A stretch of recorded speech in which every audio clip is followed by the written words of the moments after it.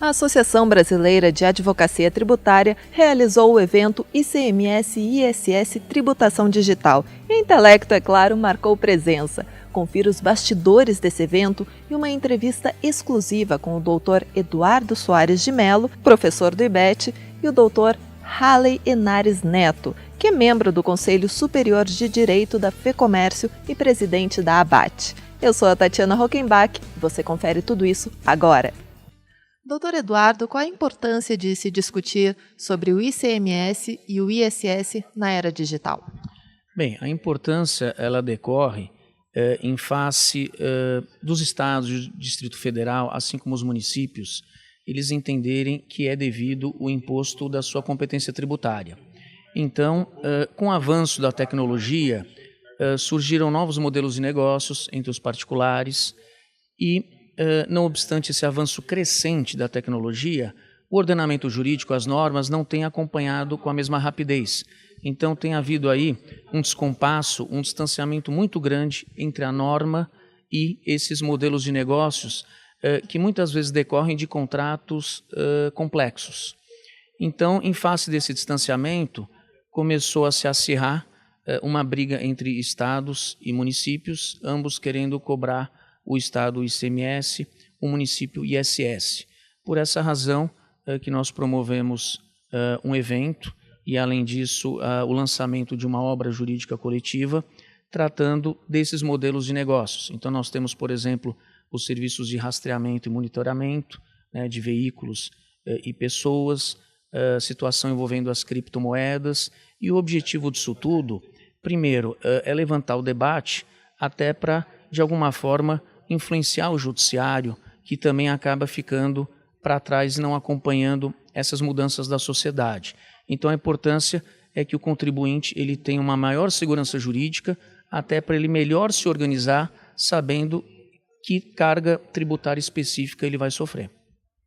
Dr. Halley, o que o senhor pensa sobre a instituição do Imposto sobre Bens e Serviços, o IBS, em substituição aos demais tributos sobre o consumo, especialmente o Imposto sobre Serviços de Qualquer Natureza, que é o ISS, de competência dos municípios propostos pela CCIF, Centro de Cidadania Fiscal? Bom, boa tarde. O IBS, o modelo proposto pelo CCIF, é formulado por juristas, por economistas extremamente preparados. Acho que não há dúvida que o Brasil precisa de uma reformulação no seu sistema tributário e o ICMS é um dos principais tributos e, obviamente, precisa de uma racionalização, de uma simplificação. O IBS e outros modelos também propostos, além do CCIF, do Núcleo de Cidadania Fiscal da GV, também são positivos. O ponto que você tem que analisar, primeiramente, são diversos, mas eu colocaria 2 pontos importantes. O primeiro, vontade política. Vai ser muito importante, independentemente do modelo que se tenha, a possibilidade de isso ser aprovado efetivamente na Casa do Senado, na Casa da Câmara, e efetivamente ser bem votado para que não se transforme, para que não se mutile esse projeto. Isso é um aspecto importante. O segundo aspecto que me parece relevante também, Tatiana, é que se tenha um modelo, seja qual for, que além da simplificação e da racionalização do sistema, gere efetiva redução de carga tributária. E esse aspecto é complicado, porque, por um lado, nós precisamos fazer o que o Trump fez nos Estados Unidos, um sistema, a meu ver, de redução de carga tributária para melhorar a economia e, obviamente, você aumenta, por consequência, a base tributável, através de valores movimentados que refletem diretamente no PIB. Fazer um sistema, seja qual for, que venha efetivamente racionalizar o sistema, mas não preveja isso, ainda que com tempos necessários de transição, como faz o modelo da FGV, a meu ver é importante pensar nisso, ou seja, qual é a economia que se vai gerar. Um outro ponto também, dentro do sistema de reforma tributária, e eu já volto para o IBS, é referente a que reforma? Qual reforma nós estamos falando? Nós estamos falando da reforma do IBS ou nós estamos também olhando para outros aspectos do setor produtivo? Esse novo governo ressaltou muito durante a campanha a necessidade de uma tributação menor sobre aquilo que é fundamental, folha de salários. Ou seja, é fundamental que quem empregue mais tenha uma menor tributação da sua folha de salários. seja por pessoas empregadas ou por massa salarial, mas é importante se delinear um critério, a meu ver, que deveria ser regressivo, inclusive. Mas esse aspecto não me parece permear nenhuma das propostas. Então, fica essa ponderação aqui para a gente refletir, né, em que momento isso vai entrar. Nós estamos falando sobre a folha de salários, que é um índice de riqueza incalculável, mas que impacta empregos. Agora, em relação ao IBS, o grande movimento é fazer algo parecido com o IVA, né, um modelo europeu, né, já vem desde a década de 50, mas trazer isso para o modelo brasileiro, para as idiosincrasias brasileiras. Eu tenho uma simpatia em relação ao IBS, aquele conceito, né, de que todos aqueles que estão dentro de um determinado círculo de recolhimento do IBS, antes de chegar no consumidor final, fazem parte de uma espécie de determinado grupo e são apenas meros responsáveis pelo recolhimento do tributo nas suas respectivas etapas, e aquele que vai efetivamente arcar com a carga tributária é o consumidor final. Mas eu também acho interessante, até pensando na dificuldade de se aprovar isso, se não seria o caso, eu não meditei profundamente sobre isso, mas se não seria o caso de se manter um ICMS com alíquota uniforme e regular melhor os benefícios e isenções, e todos os benefícios dados, incentivos, e efetivamente fazer um ICMS com cobrança na origem, ao invés da cobrança no destino, desde que seja uniformizado. Esse é um ponto. Há projetos, né, que também pugnam por um ICMS federal, ou por um IVA ou um IBS nas 3 esferas, municipais, estaduais. Eu acho que o IBS tem uma grande filosofia de querer simplificar o sistema. Nós temos que tomar cuidado. Por exemplo, quando se fala de restringir benefícios e isenções para que não haja distorções, nós temos que lembrar que o artigo 3º da Constituição trata expressamente das desigualdades regionais do Brasil e a necessidade do governo de se atentar para isso. Ok, ele pode se atentar do ponto de vista financeiro, mas o tributo inegavelmente, principalmente as contribuições sociais, porque tem natureza, está vinculada à destinação específica, uma referibilidade, tem uma característica e um papel extrafiscal importante. Não dá para negar que o tributo é um instrumento disso. E não dá para negar que a gente vive num país de dimensão continental onde os estados não são iguais. Negar ou querer purificar demais essa realidade não só pode ser um instrumento de dificuldade política para a aprovação disso, mas também um instrumento, um meio para que se evoque uma dificuldade no nivelamento dessas desigualdades regionais. Então, respondendo a tua pergunta de forma direta, acho que o IBS é necessário que haja uma reforma em termos de ICMS, ISS e IPI. Acho que não dá para ter os 3 tributos atuando sobre a etapa da produção e da circulação da mercadoria. Acho que uma unificação disso é bom, mas eu imagino o seguinte também. Talvez uma unificação entre ICMS e IPI, no ICMS de origem, com alíquota uniforme e uma redução de mecanismos de incentivo, me pareça muito mais saudável e viável para o nosso momento político, e eu manteria, minha tendência seria manter o ISS por causa da divisão de competências e da visão do governo, com base no artigo 30, inciso 1 da Constituição, de fortalecer a autonomia municipal, levando a arrecadação para mais perto do povo. Ou seja, qual é o poder que está mais perto do povo? É o poder municipal. Isso pode ser feito também através de uma divisão de receitas arrecadadas de fundo de participação, e deve ser feito. Por isso eu acredito que qualquer reforma tributária só possa ser feita se tiver 2 pilares.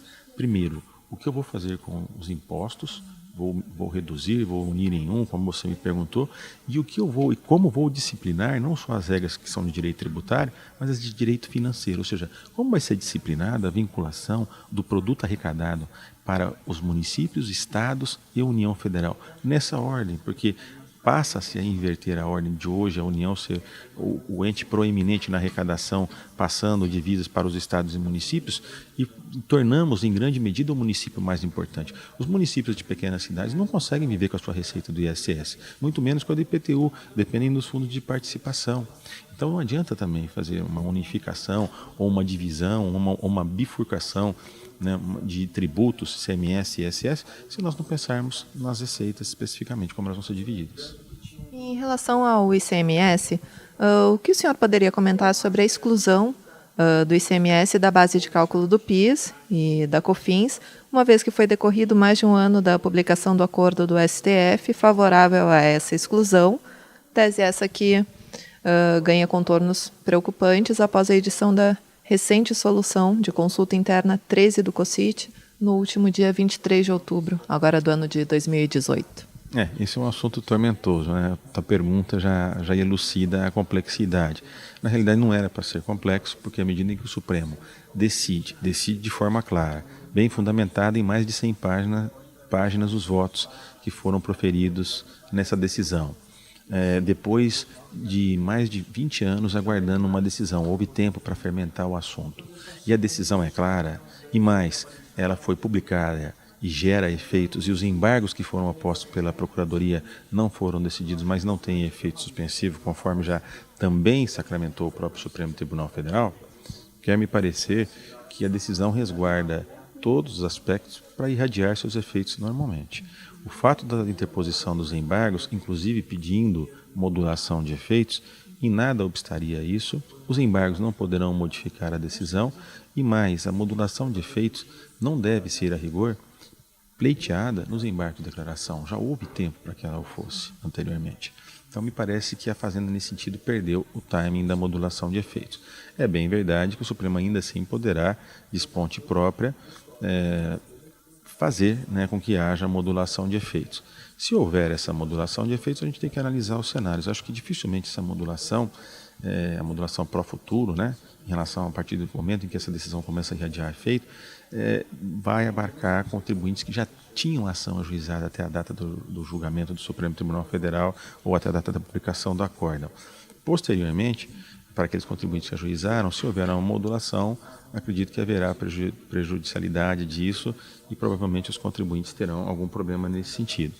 Agora, independentemente da modulação, como você colocou a questão da solução COCIT, o que preocupa hoje é as empresas que já têm decisão transitada em julgado ou aquelas que estão aguardando, quando há uma decisão do Supremo em repercussão geral, com vinculação desses precedentes para as instâncias inferiores, a rigor, elas já devem produzir, pela letra do 926 e 927 do CPC, efeitos de imediato. A meu ver, até para fins de compensação. Mas ainda que a gente leve em consideração o 170A e queira entender que devamos aguardar o trânsito em julgado da própria ação do contribuinte, a pergunta aí para aqueles que já têm ação transitada em julgado. Né? Para esses contribuintes, a solução de consulta, então, passa a ser um novo problema, porque ela cria, por uma interpretação unilateral da Receita Federal, uma interpretação elástica da decisão do Supremo Tribunal Federal e quase que esvazia, né, em sua inteireza jurídica e econômica, né, que é o pressuposto, né, dos pedidos que foram levados ao Poder Judiciário, a decisão do Supremo Tribunal Federal. E cria um contencioso em cima de um antigo contencioso que se esgotou. Então, depois de 20 anos discutindo para terminar um contencioso, o contribuinte que ganhou corre o risco de ter uma vitória de pirro e efetualmente não ganhar nada, ou ganhar muito menos do que efetivamente deveria. A meu ver, a solução de consulta é totalmente ilegal, né, por desrespeito a diversos princípios, né, principalmente a motivação da decisão do próprio Supremo Tribunal Federal.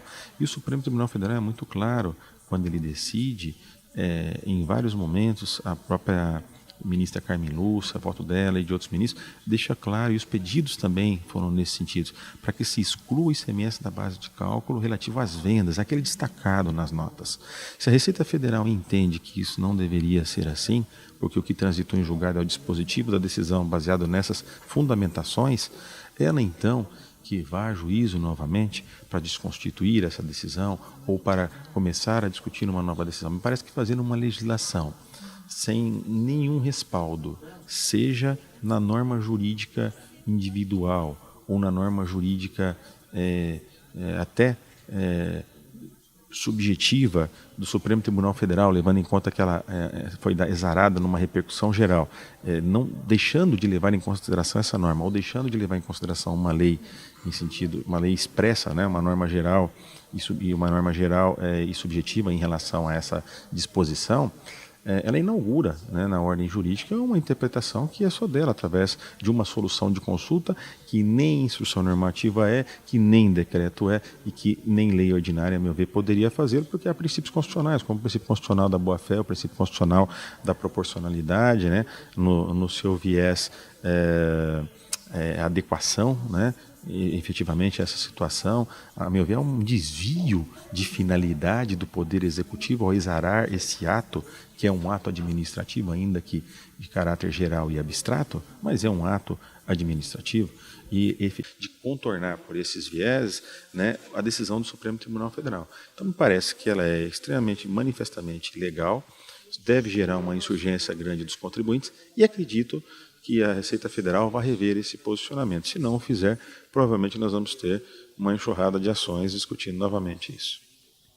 Em relação às criptomoedas, também conhecidas como moedas virtuais, elas têm ganhado muita notoriedade nos últimos anos, o que acaba gerando discussões e, principalmente, em relação à forma de tributação. Já existe uma tributação específica para criptomoedas no Brasil? Não existe uma legislação específica, né, em relação à tributação de criptomoedas e nem uma normatização específica do Banco Central em relação a esse assunto. Eu acredito que os players do mercado financeiro estão olhando para isso ainda com uma certa curiosidade e perplexidade, mas é algo que não está efetivamente normatizado, e há uma circular do Banco Central especialmente dizendo que o Banco Central não tem ingerência sobre isso, alertando pessoas que irão investir em criptomoedas para os riscos decorrentes desse investimento, pelo menos em relação à não regulamentação, ainda que haja uma segurança, né, devido ao conceito de blockchain e à criptografia, sobre a não duplicação disso de forma indevida, a não perda da propriedade dessa criptomoeda. Acho que esse segundo aspecto é o que tem gerado a sua proliferação econômica e esses valores que têm, né, dado grandes sobressaltos e gerado aí grandes ganhos para quem investiu nesses últimos períodos. Agora, em relação ao direito tributário, não há também, assim como em relação ao direito financeiro, não há normas específicas regendo o assunto. Mas não dá para dizer que esse fenômeno não está submetido a nenhuma norma geral de direito tributário que já esteja constituída no nosso ordenamento jurídico. Por exemplo, em relação à tributação sobre os ganhos obtidos com isso, né? Há um entendimento claro, inclusive deve ser comentado hoje pela doutora Tatiana aqui, mas não é um entendimento claro, há um entendimento majoritário que a criptomoeda ela representa um direito, como se fosse ações, qualquer outro direito, e portanto deve ser registrado, né, seja na pessoa jurídica ou na pessoa física, levar a declaração para fins de tributação, do imposto de renda, se for pessoa jurídica, a tributação das pessoas jurídicas, de acordo com a apuração do resultado, o lucro que isso dá, se for pessoa física, ganho de capital, da mesma forma. Mas há uma tributação, e como isso essa criptomoeda está lastreada a um direito, que é um título jurídico do contribuinte, efetivamente se perfila majoritariamente, eu tenho visto o entendimento de que isso é tributado pelo imposto de renda. Existe também uma outra análise, a meu ver, muito mais complexa ainda nesse momento, mas que está sendo bastante discutida, se também a criptomoeda, se ela é um direito ou se ela é uma mercadoria. Se ela é tributada pelo ISS, seria uma cessão de direitos, ou se ela é uma mercadoria, portanto tributada pelo ICMS. Não há na legislação, e muito menos na jurisprudência, uma situação definida sobre esses dois aspectos. Mas fica aqui, pelo menos, essas perguntas para que nós possamos pensar. Isso me parece que são os pontos nodais acerca da criptomoeda. E o senhor mencionou brevemente a questão da circular do Banco Central. É possível dizer que é seguro investir em criptomoedas? Do ponto de vista